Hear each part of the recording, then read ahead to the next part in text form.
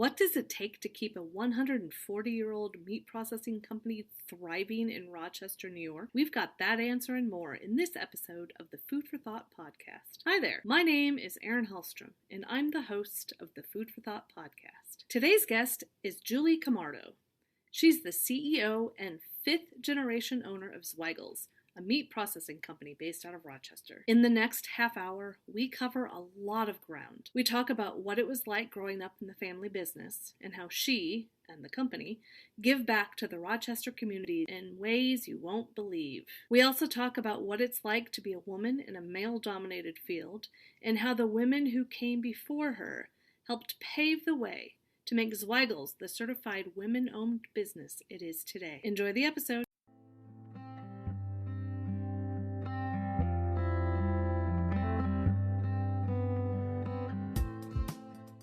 Julie, welcome to the Food for Thought podcast. Thank you, Erin. I'm very excited to be here. Thank you for having me. Let's let the audience get to know you a little better. What is your role at Zweigle's? My role at Zweigle's, I'm the CEO owner of Zweigle's, and it is a fifth-generation family-owned meat-producing business in Rochester, New York, which is in western New York, for those that aren't familiar. We make great-tasting, quality proteins for over 140 years now. So those 5 generations, we're in 141 years this year, and very excited. Some of the products, probably a lot of listeners are not familiar, but what we're most well known for are our red and white hot dogs, but here in western New York, we call them hot. We also make sausages, so our classic sausages, such as Italian sausage and bratwurst, and then we do a variety of chicken sausages. We do meatballs, fully cooked chicken breast, and fully cooked sliced chicken breast. And then we do breakfast sausage patties and links. And then our latest venture is we're working on vegetarian products as well. Some of what we produce is under our brand of Zweigle's, and then some of the products that we produce we co-pack for other companies, or we private label for companies such as, hopefully a lot of people have heard of Wegmans or Aldi's. We do some private label as well. You're the CEO of a family-run business. Can you talk about your career progression from office and sales work to now CEO? You know, when people ask me, how long have you been in the business for, I generally say my whole life, because there's a lot of great family memories that I have coming down to the plant at Zweigle's, and on weekends where we would, my mom would pick up time cards because she worked part-time, or we would go into the plant and we'd walk around and check things out, and we would always have work. There would be some small work my sister and I would do on our school breaks. We would be here. That's where we came, and we did various office work, although that's not quite what you mean by office work. When I was in high school, I did a lot of, I would fill in over the summers for people that were on vacation, and I would work at the front desk, greeting customers. I filled in for people that were in accounts payable or accounts receivable here and there. But it was really in college when, over the summers, when I did get my first experience on the plant floor, because we needed to be 18 years old. And that was when I worked in the packaging side, and my job at the time was putting hot dogs in packages and boxes, and getting them ready for shipping out. So that was my primary responsibility for one of the summers. And then I spent another summer in college interning, working in the sales area and helping out, going to different stores. I would visit customers. I would talk to customers, get to know them, and then obviously help fill their shelves and take their orders or answer any questions that they had. So those were some of my first experiences at Zweigle. But after college, I did move away. I lived in Syracuse for a year. I was a Jesuit volunteer, so I don't know if there's any Jesuit Volunteer Corps members out there, but I was a Jesuit Volunteer Corps member in Syracuse, and then I lived in Baltimore for about 5 years, and decided I wanted to move home and truly see if Zweigle's was something that I wanted to be a part of. My mother and my grandfather were still working at the time, both here in Rochester, actively in the business, and I remember calling my mom up and just telling her I was ready to move home. I really wanted to be closer to home and felt like it was a really great time.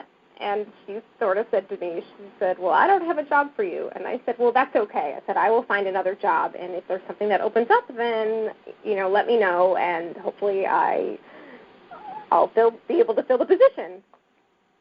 So in the end, my mom ended up talking with my grandfather about it, and it actually was a great decision because there were some job responsibilities that my mom, at the time she was president of Zweigle and my grandfather was CEO, and there were, like any family business, there were definitely tasks that she was doing that she needed to take off of her plate so she could really start to work more on the business as opposed to in the business.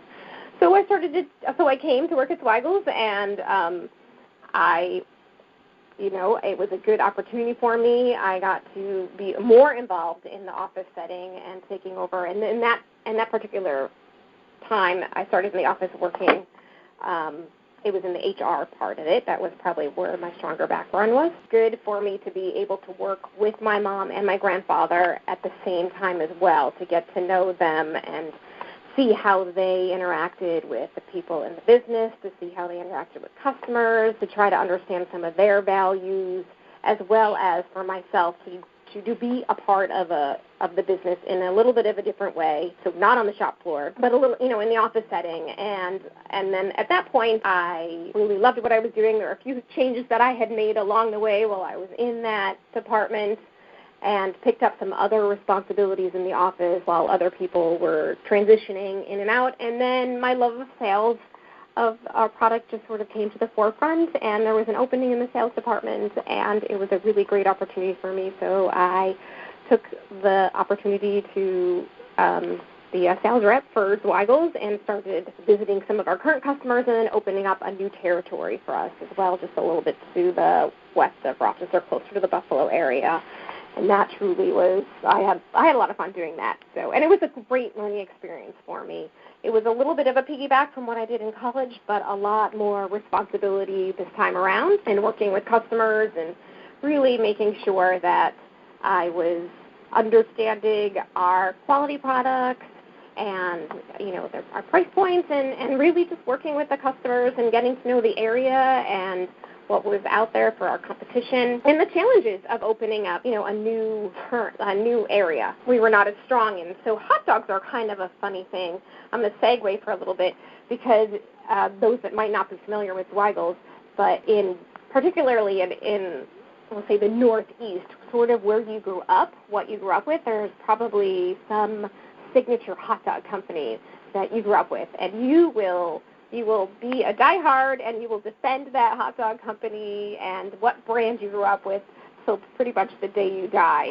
And that's what we are for Rochester. We hold 70% or more of the market for our brand of hot dogs, Zweigle's, and people love us here. They're fans of us here. But if you go to the east side of us or the west side of us, we have competition. So it was definitely a big learning experience for me to be able to try to gain some brand awareness in some of those areas, and at the same time know that in order to grow the business, we need to look to diversify, and that was definitely not something that was a little bit more challenging with my grandfather. He was really proud of the traditional products that were made at Zweigle's, and by traditional, I also mean we also made really some old world deli products, things like head cheese and South. We don't make those today, although they still are viable products. We just don't make them. They're not as huge sellers for us up here. So over the years, time passed. My grandfather ended up passing away. My mother took on more of the executive role, and then I, had started a family of my own, and continued to work in the hard sales, and our company grew. It was 2004, 2005, and we were finishing an expansion, our first major expansion at Zweigle under my mom. And then my mom had developed cancer, and so I took a little bit of a step back. We needed to find some leadership, and I took on some additional roles within the company. I hired an additional person who was much more experienced in our operations, and we need someone that we needed in order to help us to continue to grow and stay profitable. And that was a huge decision for me, and, it was really great. My mom overcame her first round of cancer, which was wonderful, and I was very blessed to be able to continue to work with her as she was also, she was in the fourth generation of the business. And what I loved about my mom is that she gave me the opportunity to learn. Coming back in from sales, I was given the opportunity to learn lots of other departments at Zweigle. So I spent time in the kitchen in an area that I wasn't as much involved in as I was before. I spent time, and I say kitchen, so our sausage kitchen, where the product is made, where we add all the spices and ingredients and everything comes together. I spent some time up in our quality lab, helping to understand the types of testing that we do on a daily basis and why we test for moisture, fat, protein, and texture, taste, and bind, and all these different opportunities just to learn more and really, I guess the word is sort of just soak myself into the business as much as possible. And I was blessed to have a mother and a leader who would give me the opportunity to take the time to learn the different departments and to understand the business a little bit more, because she did want to see me grow and succeed. Unfortunately, my mom did have leukemia, and it was very quick. She ended up passing away a few months after her diagnosis. So it was pretty quick, something I wasn't quite expecting at the time. But we thrived and we grew, and I had a wonderful team of managers who supported me in my decision to take over at that time as president of the company, while giving the opportunities to other people to continue their jobs and to grow more within the company and to give them more responsibility as well. And it was definitely a challenging time for me, having been a young mother myself and have lost my mother, but also looking back on it now, I was grateful for the experience and for the people that supported me in the career. And I continue to support myself in my career just as we continue to have leadership opportunities for our employees here at Zweigle. I am a part of Vistage, which is an executive group. We have monthly speakers. I have a coach that I work with, and I think it's really important that people, no matter what age, you always continue to learn and involve yourself in opportunities for growth. I want to dig in a bit more and talk about your passion for the Rochester community. In particular, when it comes to the talent pipeline at Zweigle and what you've been doing to help find new talent from the poorest areas of Rochester. Can you explain that a little more in depth? Absolutely. So as a background, Zweigle has been in Rochester, the city of Rochester, for all of our inception, so 140 plus years. That being said, the Rochester demographics has changed over the years, and currently, data from 2018 and 2020 definitely did not make it better, but we ranked third in the overall poverty among the nation's 75 largest metropolitan areas. That is not something that Rochester is proud of, and when I see that, I know that our decision to stay here in Rochester and solidify our growth and our presence is even more important because we have a job. Our job is to not only make really great quality products, but it's also to help the city of Rochester thrive. And more than 50% of our employees are City of Rochester residents. So if we were to have picked up and moved outside the City of Rochester, it would have affected, a large percentage of our employees would have had to have driven further away or might have had to risk losing their jobs. And what we really thought was important is that because of how the Rochester community has supported us for all of these years, we needed to make a commitment to Rochester. And we did that, saying that as we look to grow, we will continue to add jobs and grow the business, and we will look to hire, our more than 50% of the new jobs that we're looking to hire for the city residents are their lower skilled jobs where people can look to grow into middle skilled jobs with an average between wages and benefits of $30 an hour, which is pretty impressive considering the poverty that we have here in Rochester. And we're also working with people of definitely different languages. So we here at Zweigle have mostly Spanish and English, but there definitely have been other languages that have come here and through many manufacturers in our area. And so it's really quite important for us to make sure that we help do whatever we can do to make sure that Rochester, the city of Rochester, thrives, because it's a beautiful city and it has a lot to offer. I mean, it has, it's a city that was built on by, we talked about it's March and it's Women's History Month, so this is the home of Susan B. Anthony. And talk about a very progressive, powerful woman. Harriet Tubman was another powerful woman, and she has Rochester roots as well. And so it really makes sense to want to stay here and to say thank you and to make sure that we are an example for other businesses to continue to want to stay here in Rochester. Because Zweigle has these lower skilled positions, we also have opportunities for them as our company grows, for our positions to grow from lower skilled to middle skilled to different trade opportunities. In fact, right now we have a leadership class that we have about 10 or 11 of our employees participating in. It's a variety of employees, people that work in our shop floor and some people that work in our office settings, and it's sort of a variety of leadership questions, it's personality traits, it's working with other people, it's understanding their growth potential and what their future they want to take part of, and so this is sort of our next level leadership group.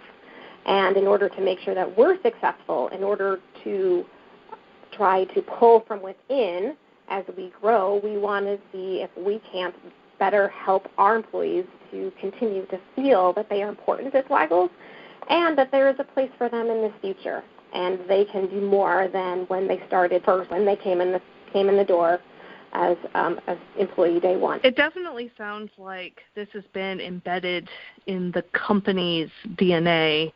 So I'm curious, how has the company responded to what you've been doing, as well as the community? So the company, we've had a lot of positive feedback about our leadership program, about the fact that we have made a commitment to the city of Rochester. People here feel, okay, confident. They have a job here. They have a place where they know they can grow and be, and they don't have to worry that we're going to move somewhere. As I will be honest, the state of New York is not the easiest state to do business with. Our taxes are higher here, and there are definitely some challenges along the way, but our roots are here.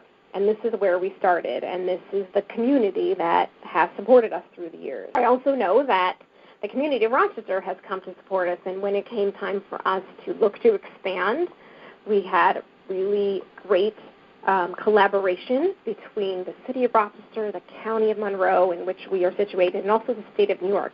They came to help us, to provide us with some guidance and some grants to make sure that we stayed here in Rochester. And we appreciated that because it really did help to make the decision to grow here and to stay here. Let's shift to being a woman-owned business. Zweigle's is a certified women's business enterprise. Can you speak to why that designation is important, not only to you or to the company, but also for your community and consumers? I look back at Zweigle's in our 140-plus years, and it started with two people. It was my great-great-grandparents, Wilhelm and Josephine Zweigle. And 3 years after the business was established, so it was 1880, Wilhelm ended up passing away of typhoid fever. Well, his wife, Josephine, and back in the 1800s, women didn't really own businesses or take over businesses, but she figured out a way somehow to keep that business running with 4 young children underfoot and proved to her children and the fact that she could overcome so much, because I can't imagine in the 1800s what it must have been like, that this was important to her and wanted to keep it going. And so I think I recognize all the way back from that very first generation of the Zweigle family that a women ownership was prevalent. And I can actually trace back to every generation some part of a women-owned legacy, which is pretty rare for a 140-year-old company to recognize that, especially in the meat business. It's generally a very male-driven industry, especially back in the 1800s. And to know that there was somehow a woman who had, and not just a woman, but for me it was my great-great-grandmother, that she had a hand in making sure that the business continued. So, and it did, and it continued. And it was renamed the Zweigle Brothers, but no doubt her oldest daughter, well, my grandfather's mother, worked in the business just as much as Josephine's not as much recognized, neither is my great-grandmother, Minnie Zweigle, but she was definitely a very big part of the business, and part of that was her job in helping to raise her siblings so her mom could be able to continue on in the business. And then she worked in the business just as much as the other members. She just was not given the kind of recognition as her brothers, and she could not own the business. So that's just not something women could do. back in the day. And so I recognized that. And, when I came on board, one of the many tasks that I assumed was taking the time to recognize the fact that we were women-owned business, with my mother at the helm at the time, and then myself and my sister, who was also a shareholder. And we wanted to be proud of that, proud of the legacy that we had, and to be able to recognize that. Being a women-owned business, so just a little bit of statistics in general, about 20% maybe, the majority, but 18 is in the food industry, is just executive level women. So that you're talking about presidents and CEOs, and that's in the United States. Overall, in the meat business, and so it would just worldwide, there's only 5% of women worldwide are in executive levels in the meat industry. So then I tried to drill down a little more. And you're thinking, so think far back to, that's worldwide, and to think of Europe, and Europe is much older than we are, and we're still so far behind in our leadership of women in executive level positions, let alone executive level positions in the food industry, when traditionally women were the ones we would be the ones going to do the majority of the grocery shopping. I know that there are shifts and changes, and especially with COVID in general, but it is still primarily falls in the women, and especially the mothers, who do the majority of the grocery shopping. And so it is really great to be able to help break some barriers as a female executive, to know that our voice is important, because we are the ones also in the stores making decisions.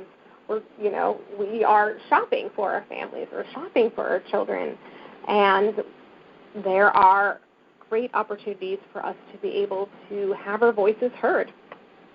I think it's also really important that as a woman who's an executive working in an area that is still very male-driven, that you work and you network really well with a lot of other people who are in sort of the similar positions. And you're going to find some really great people out there, people who are both on both sides, or both men and women in the field.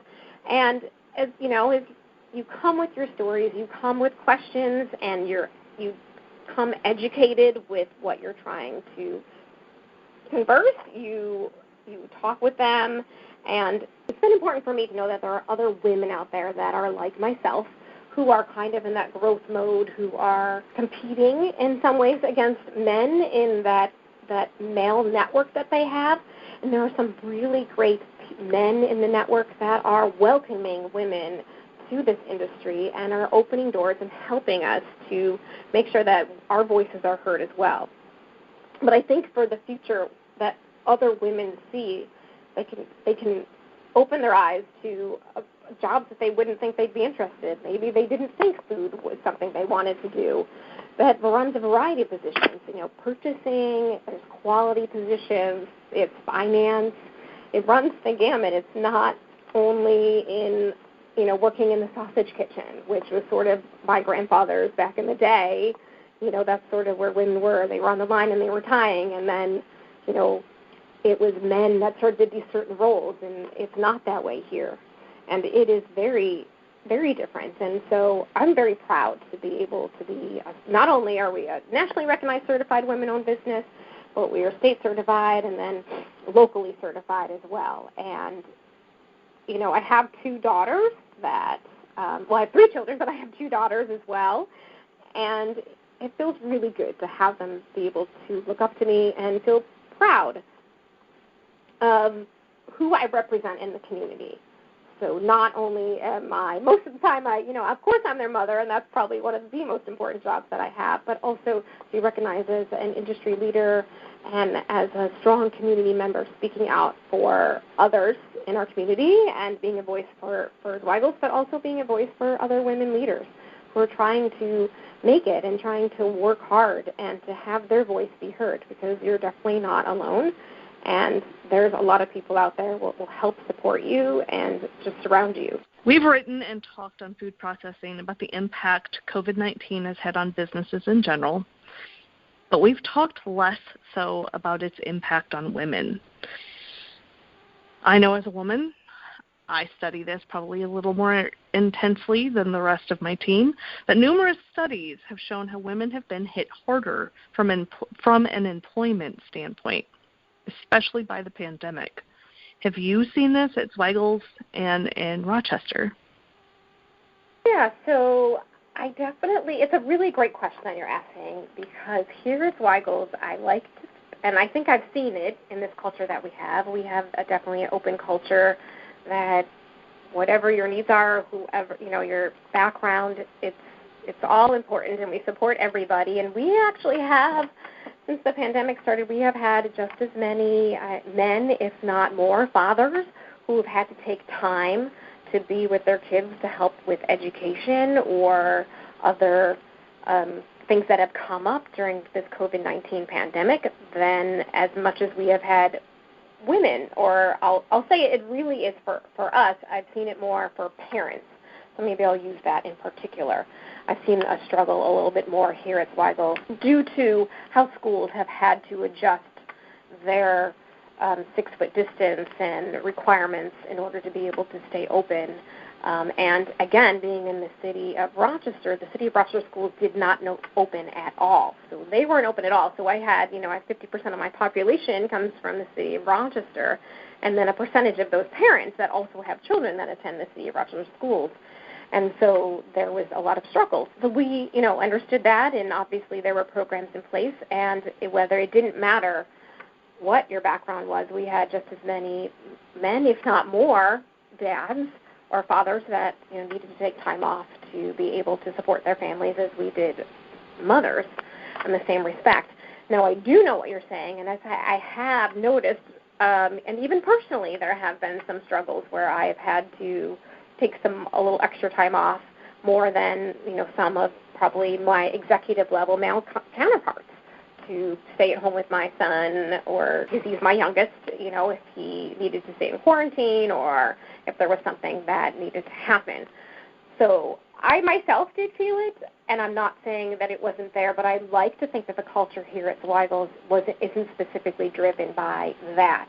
And I think as the leader that I am, I think it's recognized here that we work really hard to make sure everybody feels equally important. And I do know the struggles that women have had in this pandemic. And I've read some of the statistics that you're referring to, in particular, women leaving the workplace to stay back at home, to educate their kids and be at home at school. And where the fathers or the husbands, they're working. And it's been a challenge to see that setback, because that's not really where we wanted women to be, yet here it is, placed upon women again, and it seems like we're the ones, whether it's we internally feel it or there is that economic difference that women are still struggling. I think I could be wrong, and maybe you'll correct me, but if it's 85 cents to the dollar, women make about 85 cents to the dollar that a man makes. That may be slightly off, maybe depending on the state that you live in. But, even that in itself will affect a family's decision for why a female may stay at home versus, the male may stay at home and helping with their children, let alone the economic impact itself that COVID has had on a number of people with the businesses that had to shut down due to so many different regulations. In general, we ourselves have lost some business in our food service area. There's a lot of restaurants that have been suffering, and so many of the workers that are there. Servers, there's a lot of servers that are females in the industry, and so I've seen that too, where it's it's paycheck to paycheck, or it's the unemployment checks, and it's important. And we have seen a great need and increase with working with our food bank. I used to be on our local food bank board, FoodLink, and I've known that they have had such a great increase in the access to food during this time frame. And there's just been a lot of families that have been having to overcome a lot of challenges during COVID-19. And women, it definitely, I'm sure, have seen a lot more frustrations along the way. I want to wrap up our episode by saying, if listeners would like to learn more about the hiring program you've set up or being a woman-owned business, how could they get in contact with you? Yeah, that's a great question. So if they would like to get in touch with us, info@zweigles.com. That's info@zweigeles.com. Or feel free to look me up on LinkedIn. It's Julie Camardo, Camardo. And I'd love to reach out and connect with anybody. I enjoy talking with other people who are in the same industry and similar fields. I'm part of the Women Business Enterprise National Council as a certified women-owned business, and also part of the Vistage Network for women as well. It's a great opportunity to network and talk and not feel so alone out there. And I appreciate being able to be here and share my story or part of the story. It was a really fun morning for me. Yes. Well, Julie, thank you so much for being on the Food for Thought podcast. Thank you so much for having me, Erin. I appreciate that, and I hope you have a wonderful day.